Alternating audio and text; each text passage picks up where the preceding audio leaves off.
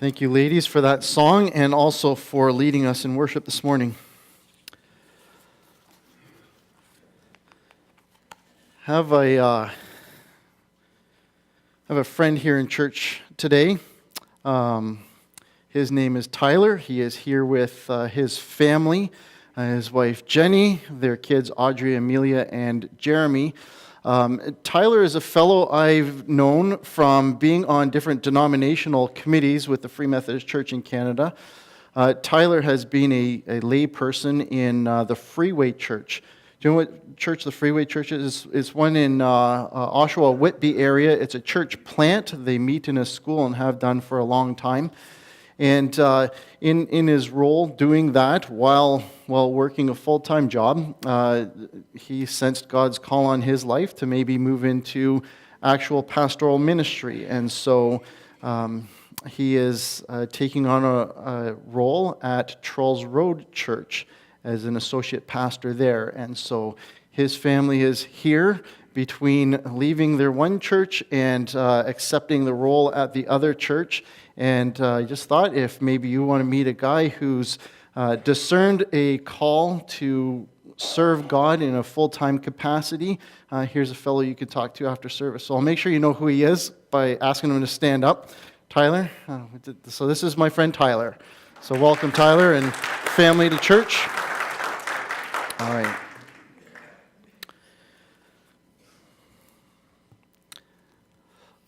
My personal preference is that when I take vacation away from the church office, I also take time away from the church on the Sunday. So if I'm traveling, that's an automatic. We're away and we go somewhere else. But then on occasions where I'm in town yet still on vacation, I like to visit other area churches when I have the chance. And so even while pastoring a Free Methodist church, I've gone to Catholic, Anglican, Presbyterian, non-denominational, United, Lutheran, Baptist, and pretty much all the different iterations of Christian tradition, and gone to all these different churches. And then other times, I like to go to another Free Methodist church that's close by, because I don't get to do that regularly. So I like to take some at-home vacation time and do that. Well, such was the case on March break last year. We took the week off, but our family did not travel. So on the Sunday, we decided what we're going to do, we'd go to another Free Methodist church nearby, and we went to the one down in Whitby.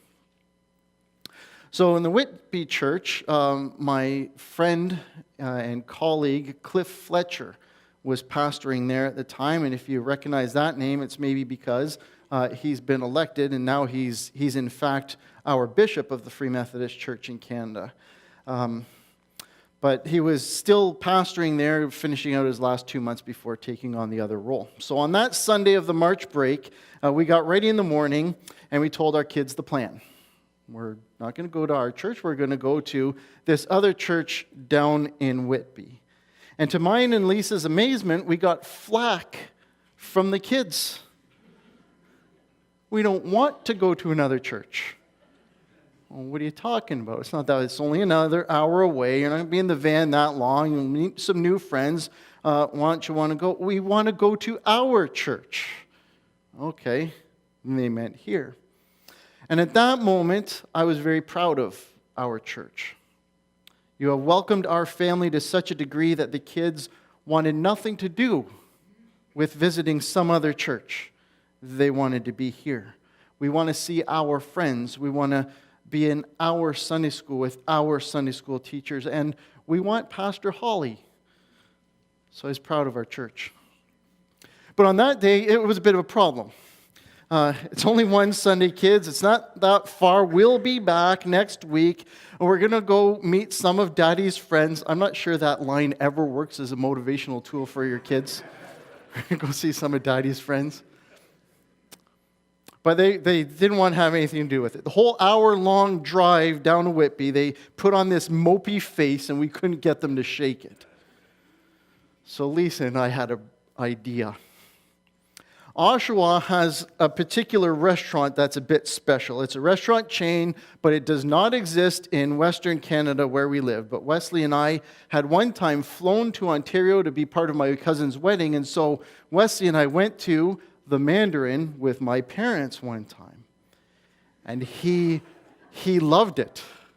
He really liked it. And we knew he loved it. So on our drive to Whitby, Lisa and I, we had a stroke of parenting genius. And we talked our mopey children into, we said, all right, if you guys happy up, and if you get a slightly better attitude, and if you at least try to enjoy the new church this morning, then we'll take you to the Mandarin for lunch. And then we waited to hear the hooray and the celebration out of the back seat of the van. There was no cheering, though. Apparently, coming here to church is even more important than a trip to the Mandarin. So we talked it up a bit. We reminded Wesley of how much he liked it last time. And to their credit, they did perk themselves up a bit. So that was our plan. Visit this other church and then go to the Mandarin for lunch. But then this happened.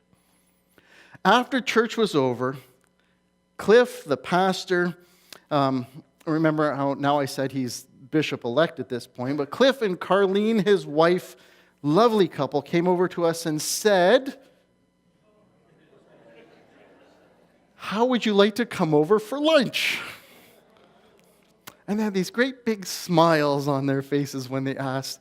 Wesley was standing right beside me, and I could almost feel his heart sink because he knew what my answer would be. And I said, wow, that would be great. Our family would love to come to lunch at your place.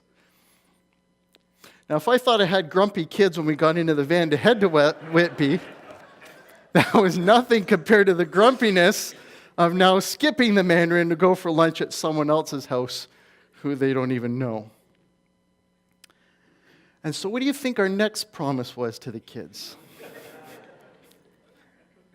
We'll go to the Mandarin some other time.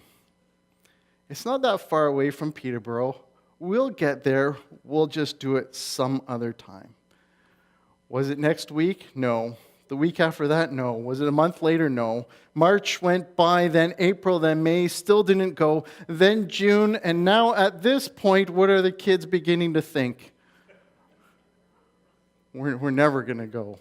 It's an empty promise. It's not going to happen. They might even get to the point where they stop hoping for it, and they might even forget that it was ever promised in the first place. The big story, according to the Bible, affirms that one day Jesus will return. The same Jesus who was born in a manger, the same Jesus who died on the cross, the same Jesus who rose from the dead and ascended into heaven, that same Jesus promised his followers one day he will return. But a lot of time has gone by since then.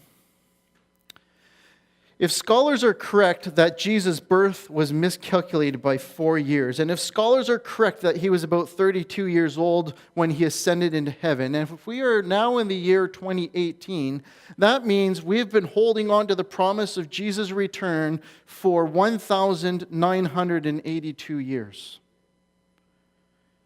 Enough time for whole entire nations to rise and then crumble. Enough time for humanity to advance from scrolls and pen to the printing press to now Facebook. Although some would not call the latter an advancement in human communication.